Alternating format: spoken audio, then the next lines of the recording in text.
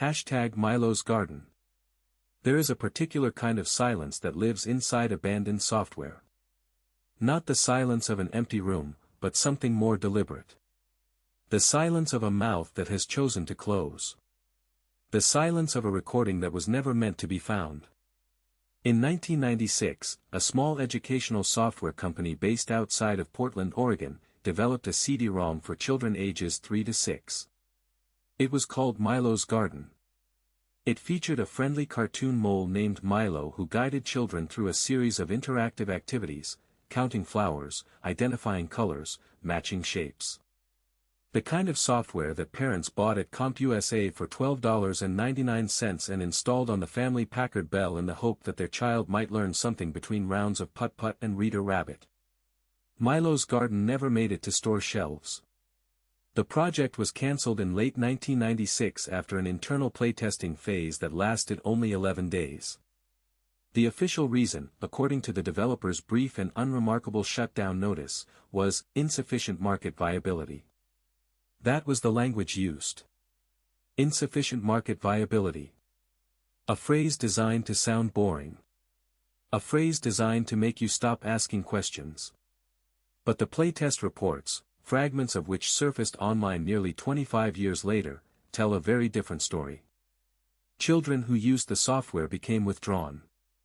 They stopped engaging with their parents. They stopped playing with other children.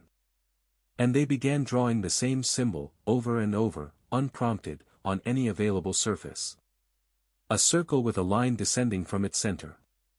Beneath the line, 2 smaller circles. None of the children could explain what the symbol meant or where they had learned it.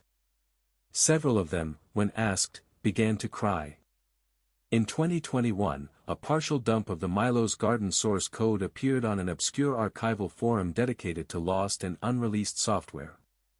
Buried inside the file structure, in directories that were never meant to be accessed during normal gameplay, researchers found audio files. Not the cheerful sound effects and synthesized music you would expect from a children's program. These were field recordings. Raw, unprocessed audio captured inside what appears to be a residential home. In one file, a child is crying. Not the performative crying of a voice actor. The desperate, exhausted crying of a real child who has been crying for a very long time. In another, an adult male voice whispers a series of instructions. The words are calm, measured, patient. And they describe something that no educational software should ever contain. This is the story of Milo's Garden. And I need you to understand, before we go any further, that what we are dealing with here may not be a ghost story. It may not be a creepypasta. It may not be an ARG or a marketing stunt or an elaborate internet hoax. What we may be dealing with is evidence. To understand Milo's Garden, you first need to understand the company that made it. Greenleaf Interactive was founded in 1993 by a man named Dennis Rackham. Rackham was not a programmer. His background was in child psychology.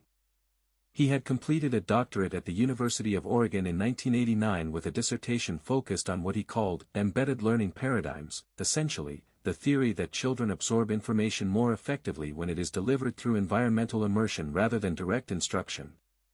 The idea was not particularly novel. It was a variation on Montessori principles filtered through early 90s cognitive science. But Rackham was convinced that interactive software represented the perfect delivery mechanism for his theories. Greenleaf's first product was a typing tutor called TypeTown, released in 1994. It sold modestly. Their second product, an early reading program called Letterland, performed slightly better. Neither title was remarkable. Both received middling reviews from the educational software press, which in 1994 and 1995 was a real and thriving corner of the publishing world. The consensus was that Greenleaf's products were functional but uninspired, technically competent but lacking the personality of competitors like the Learning Company or MECC. What's notable about Greenleaf, in retrospect, is how little documentation exists about the company. They had a small office in Tigard, Oregon. They employed, at their peak, somewhere between 8 and 14 people, depending on the source. They had no website, not unusual for 1994, but unusual for a software company by 1996. And when the company closed in early 1997, it did so with almost no public notice. No press release. No final statement. The business was simply dissolved. Dennis Rackham's name does not appear in any subsequent professional context. No LinkedIn profile. No faculty listing. No published research after 1996. He effectively disappeared. I want to be careful here. I am not accusing Dennis Rackham of anything. I am telling you what is documented, and what is not. And one of the things that is most troubling about the Milo's Garden story is the vast, clean emptiness where documentation should be. The source code dump appeared on October 14, 2021, on a forum called Lost Media Vault, posted by a user named Archivist PNW. The post was titled, simply, Milo's Garden, Partial Source and Assets. Archivist PNW claimed to have acquired a set of zip disks from a lot purchased at an estate sale in the greater Portland area. The lot contained miscellaneous computer equipment from the mid-90s, an external SCSI drive, a stack of SciQuest cartridges, several unlabeled floppies, and the zip disks. One of the zip disks was labeled, in permanent marker, MG_build_0904. Archivist PNW was able to image the disk and extract its contents. What they found was a partial build of Milo's Garden, not the complete game, but enough to reconstruct significant portions of it.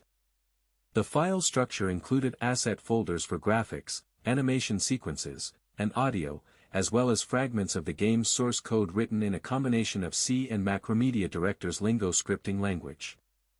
The game itself, or what could be reconstructed of it, appears to be exactly what you'd expect from a mid-90s children's educational title. The main interface is a garden rendered in bright, flat colors. Milo the mole stands at the center, smiling, wearing a small red hat. Surrounding him are interactive objects, a flower bed for counting exercises, a tool shed for shape matching, a pond for color identification. Clicking on Milo triggers a voice line, a warm, slightly nasal male voice that says things like, "Let's plant some flowers," and, "Can you help me find the blue one?" The art style is crude by modern standards but perfectly typical for the era. Large, friendly shapes. Exaggerated features. Primary colors. Nothing about the surface layer of Milo's Garden is unusual. Nothing about it suggests that it should have caused any child distress. If anything, it's aggressively, almost oppressively cheerful. The kind of software that exists in a perpetual state of sunshine. And yet, the playtest reports were not part of the source code dump. They emerged separately, several months later, through a different channel. A user on a different forum, a Reddit community dedicated to obscure software history, posted scanned pages from what they claimed was a binder of internal Greenleaf documents also recovered from an estate sale, though it's unclear whether this was the same sale or a different one. The user, who posted under a throwaway account, provided no identifying information about themselves and deleted their account within 48 hours of posting. The scanned documents included production schedules, budget spreadsheets, a brief marketing plan, and 6 playtest evaluation forms. The forms are structured. They have checkboxes and rating scales. They were clearly designed by someone with a background in research methodology. Each form has a section for the tester's name, in this case, the parent, and a section for qualitative observations. The first 3 forms are unremarkable. The parents describe their children interacting with the software in expected ways. One child particularly enjoyed the counting flowers activity.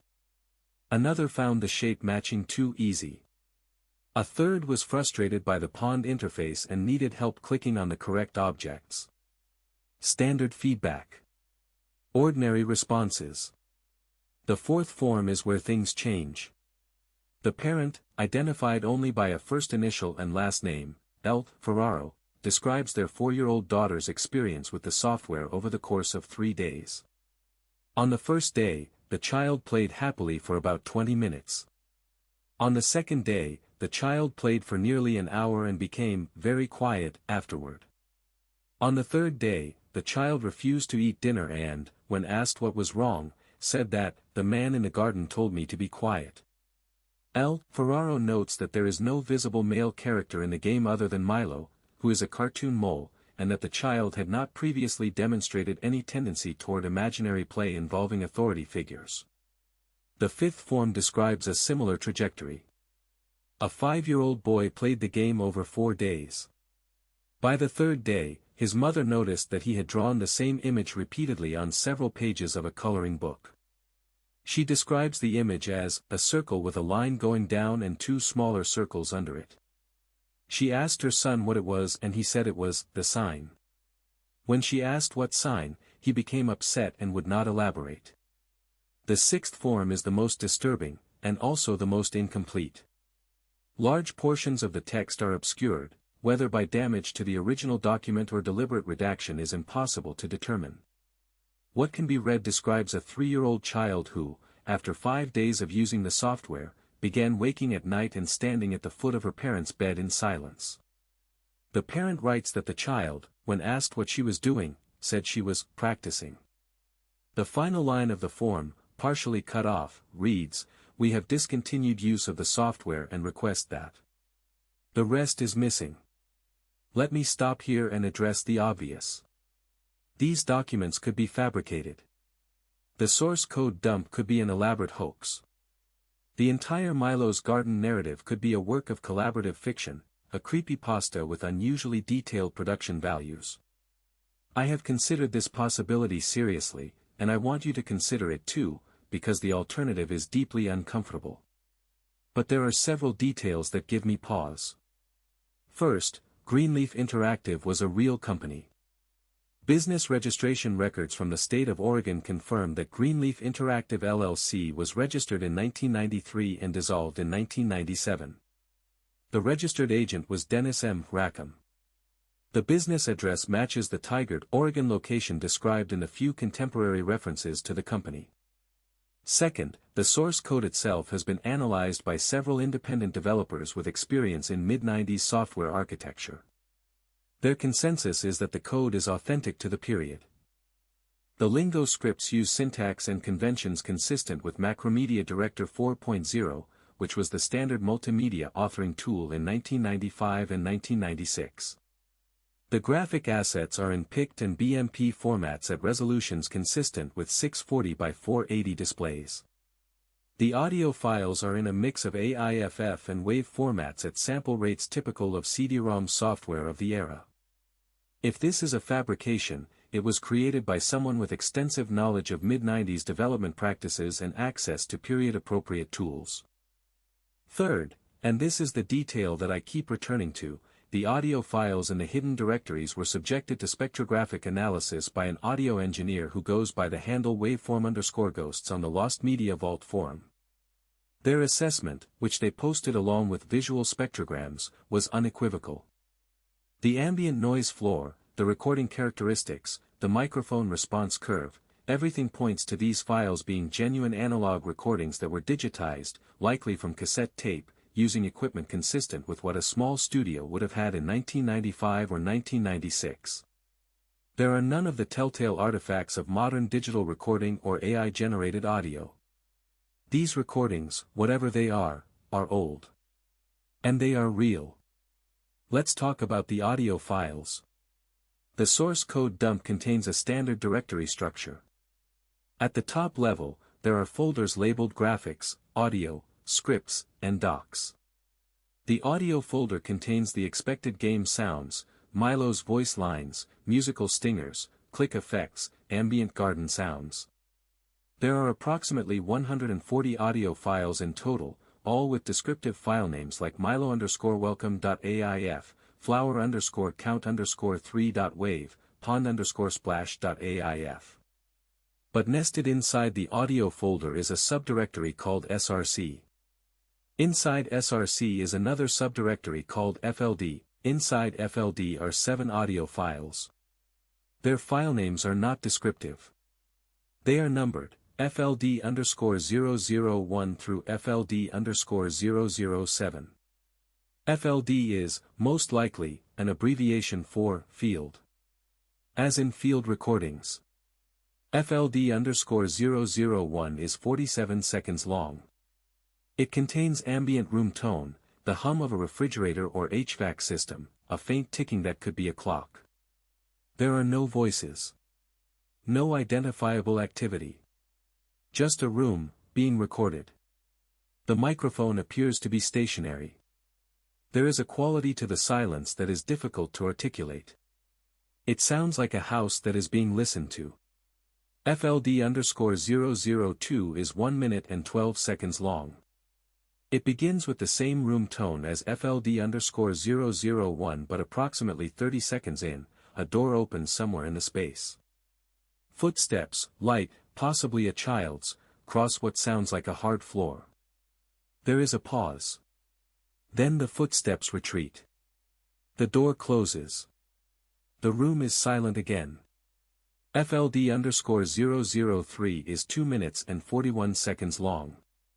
This is the file that contains the child crying. The crying begins almost immediately and continues, with brief pauses, for the entirety of the recording. It is not screaming. It is not wailing. It is a low, continuous, almost rhythmic crying. The kind of crying that happens when a child has exhausted their capacity for more vigorous distress. There is no other sound in the recording. No adult voice. No attempt at comfort. Just the child, alone, crying in a room.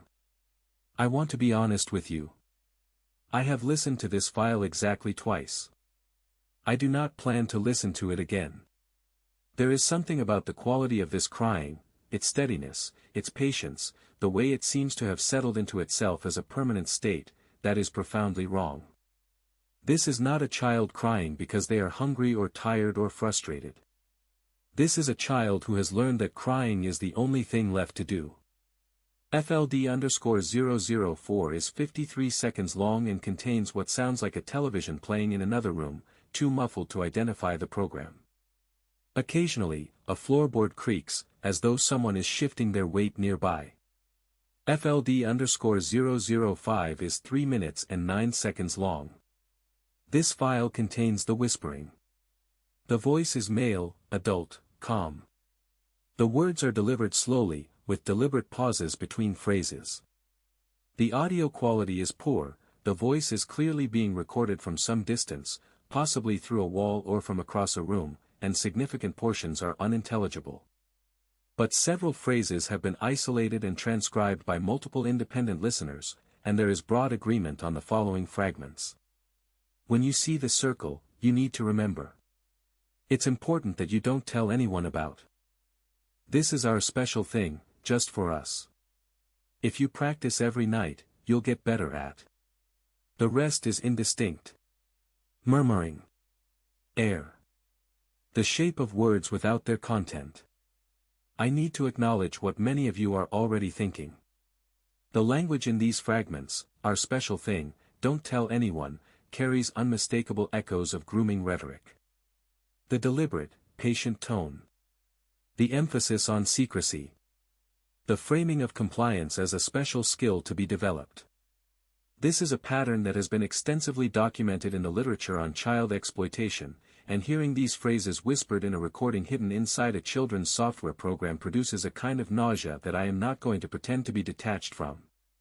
FLD_006 is 1 minute and 38 seconds long. It contains what sounds like a music box or small electronic toy playing a simple melody. The tune is not identifiable, it may be original, but it consists of roughly 8 notes repeated in a loop. Beneath the melody, very faintly, a child's voice can be heard. The child appears to be humming along with the melody, but slightly off rhythm, as if they have been trying to learn it and haven't quite succeeded. The humming is thin, wavering, and carries no joy. FLD_007 is the longest file at 4 minutes and 51 seconds. It is also the most difficult to interpret. It begins with room tones similar to FLD_001, but the acoustic properties are slightly different, the space sounds smaller, perhaps a closet or bathroom. After approximately 1 minute, there is a sound that has been described variously as scratching, scraping, or writing. It is repetitive and rhythmic. It continues for nearly 2 minutes. Then it stops. There is a long silence. And then, very quietly, a child's voice says a single word. The word, as best as anyone has been able to determine, is done. Here is what we know about how these files were integrated into the software. The source code fragments recovered from the zip disk include a script, written in Lingo, that references the FLD directory. The script is not part of the main game loop. It exists in a separate file called sublayer.dar, which appears to be a secondary director movie that runs concurrently with the primary game interface. The script contains conditional logic that triggers the playback of the FLD audio files under specific circumstances. The conditions are complex, and much of the code is missing or corrupted, but what can be reconstructed suggests the following. After a child has been playing the game for a cumulative period of approximately 20 minutes, the sublayer script begins mixing fragments of the FLD audio files into the game's ambient soundscape at very low volume. The mixing is not random. The script uses a rudimentary algorithm to time the playback of the field recordings to moments when the game's foreground audio is active, when Milo is speaking, when a musical stinger is playing, when a sound effect is firing. The field recordings are layered beneath these sounds, at a volume level calculated to be below the threshold of conscious perception but above the threshold of auditory detection. This is subliminal audio embedding. In 1996, it was not a well-understood technique outside of certain academic and advertising circles. But it was understood. And Dennis Rackham, with his background in embedded learning paradigms and his doctorate in child psychology, would have been intimately familiar with its principles. The game was not just playing sounds beneath the music. It was hiding them there. It was using the cheerful, colorful, welcoming surface of Milo's garden as a delivery mechanism for something that was never meant to be consciously heard. The question is, what was it delivering? And to what end? I spent a long time trying to find Dennis Rackham. Public record searches reveal very little. His Oregon driver's license expired in 2003 and was not renewed.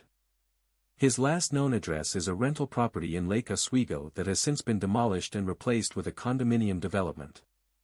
He does not appear in any death index that I have been able to access.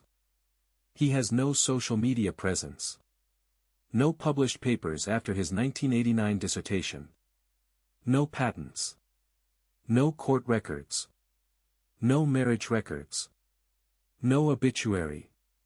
What I did find, through a deep search of Usenet archives, is a single post attributed to a Dennis Rackham on the newsgroup Miscellaneous Education.multimedia, dated March 15, 1995.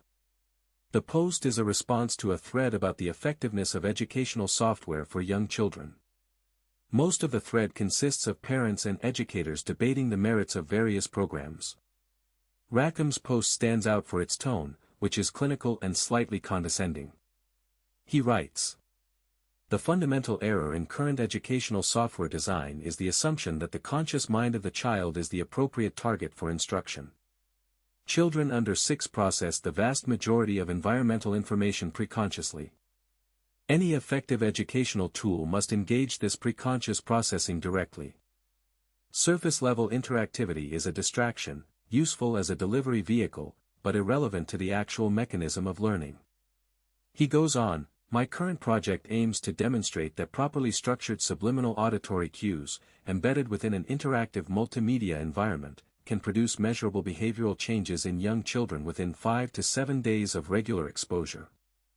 The implications for early childhood education are significant." Read that again, carefully. Measurable behavioral changes in young children within 5 to 7 days of regular exposure. The playtest reports describe children becoming withdrawn, drawing symbols they cannot explain, repeating phrases they attribute to a figure in the software, and waking at night to practice in silence. These changes occurred, according to the reports, within 3 to 5 days. Rackham was not making a mistake. He was not an incompetent developer who accidentally included field recordings in his game. He was conducting an experiment. The children who playtested Milo's garden were not testers. They were subjects. The symbol deserves its own discussion. A circle with a line descending from its center, with two smaller circles beneath the line. Several children drew it. They called it the sign. They could not or would not explain its meaning. I initially assumed that the symbol must appear somewhere in the game's visual assets, perhaps subliminally embedded in a background or flashed briefly during a transition. But a thorough review of every recovered graphic file reveals no instance of this symbol. It does not appear in any frame of any animation sequence. It is not hidden in any texture or pattern. So where did the children learn it? There is a possibility that I find deeply unsettling, and I want to present it carefully because it requires us to accept certain premises about subliminal audio processing that are not universally accepted in mainstream cognitive science. In the sublayer script, there is a section of code that references a function called draw_guide. The function itself is not present in the recovered source, it appears to be defined in a file that was not on the zip disk. But the references to it suggest that it was called during the playback of FLD_005, the whispering file. The function name, draw_guide, and the context in which it is called imply that the whispering may have included instructions for drawing something. Remember the transcribed fragments. When you see the circle, you need to remember. If you practice every night, you'll get better at. Better at what? At drawing the symbol. Is it possible that the whispering, played beneath the game's audio at volumes below conscious awareness, was instructing children to draw a specific image? And that the children, unable to consciously recall the instructions, experienced the compulsion to draw the symbol as an inexplicable urge, a memory without a source. The literature on subliminal influence is contentious. Most controlled studies have found that subliminal stimuli can influence preferences and emotional states but cannot compel complex behaviors. You cannot, according to the mainstream scientific consensus, make someone do something specific through subliminal suggestion alone. But those studies were conducted on adults. The research on subliminal processing in very young children, children whose conscious cognitive filters are still forming, whose boundaries between perception and preconscious processing are porous and undefined, is virtually non-existent. We do not know what is possible because no ethical researcher would attempt to find out. Dennis Rackham, it seems, was not constrained by that particular concern. In early 2022, a few months after the playtest document surfaced, a person posting under the name MF_1992 appeared in the Reddit thread discussing Milo's garden. Their post was brief and written in a tone that I can only describe as carefully controlled. I think I was one of the kids in the playtest. I would have been 4 in 1996. We lived in Tigard. My mom answered an ad for a software test and brought me to an office where a man let me play a computer game with a mole in it. I don't remember much about the game. I remember the mole had a red hat. I remember my mom said I wouldn't eat for a few days after. I remember drawing circles. The post continued, I don't know what the symbol means. I still draw it sometimes. Not on purpose. I'll be on the phone or in a meeting and I'll look down and I've drawn it on the corner of my notepad. A circle with a line and two little circles. I've been doing it my whole life. I didn't know it was connected to anything until I found this thread. MF_1992 was asked several follow-up questions by other users. They answered some. They said they had no memory of hearing a man's voice in the game. They said they had experienced recurring sleep disturbances throughout their childhood but had been told this was normal. They said they had never been able to listen to music boxes without feeling a sense of dread that they could not explain. They were asked if they had ever sought therapy. They said yes, but that they had never known what to tell the therapist. How do you explain that you're afraid of something you can't remember, they wrote. How do you describe a shape that won't leave your hand? MF_1992 posted intermittently for about 2 weeks and then stopped. Their account is still active but has been silent since February 2022. Several users attempted to contact them via direct message. None received a response. There is one more detail that I have been reluctant to discuss, because it moves the story from the territory of the unsettling into something considerably darker. Among the files in the docs directory of the source code dump, there is a text file called notes_dr.txt. It appears to be a personal journal or research log kept by someone whose initials are Dr. Dennis Rackham. The file contains dated entries spanning from June 1996 to September 1996. Most of the entries are technical, notes about code optimization, asset compression ratios, bugs in the director runtime. But several entries break from this pattern. August 3, 1996, field sessions going well. S is more responsive than expected. 3 repetitions sufficient for baseline compliance. Increasing to 5 for next phase. August 11, 1996, S drew the glyph unprompted today. First instance of autonomous reproduction. Recorded the session. Audio quality from the hallway mic is poor but usable. August 19, 1996, playtest group showing results ahead of schedule.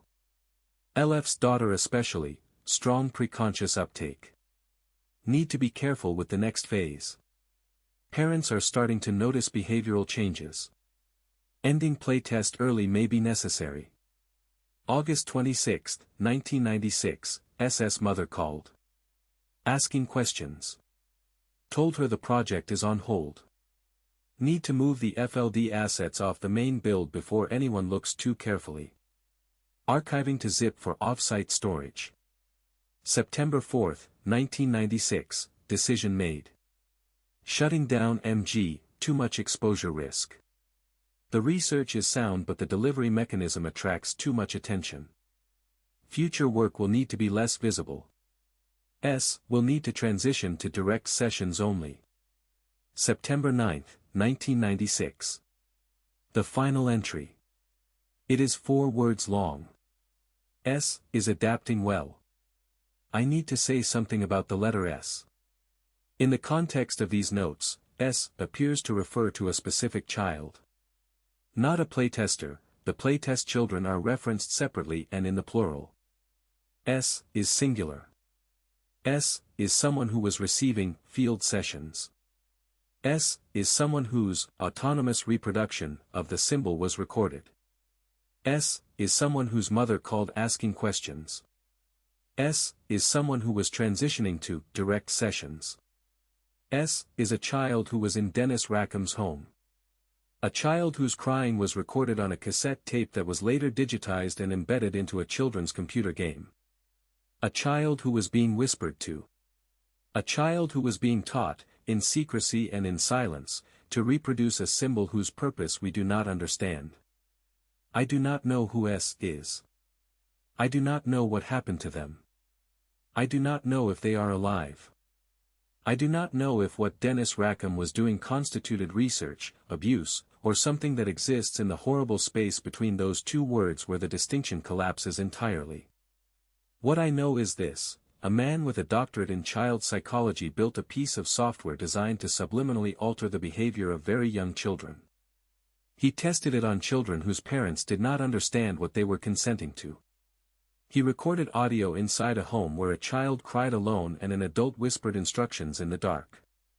And when people began to notice, he shut everything down, archived the evidence on a zip disk, and disappeared. The software was never released.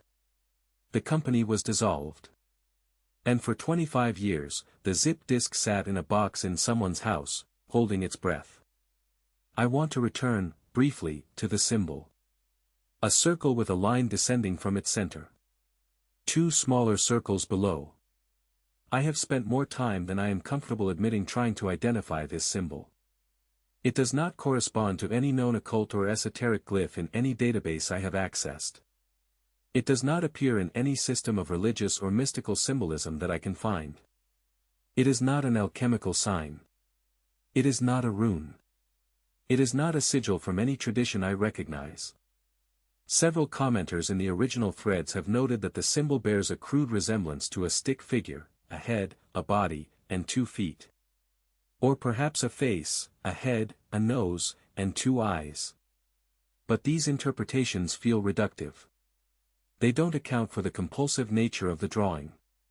They don't explain why children who were exposed to subliminal audio for a few days were still reproducing this image 25 years later.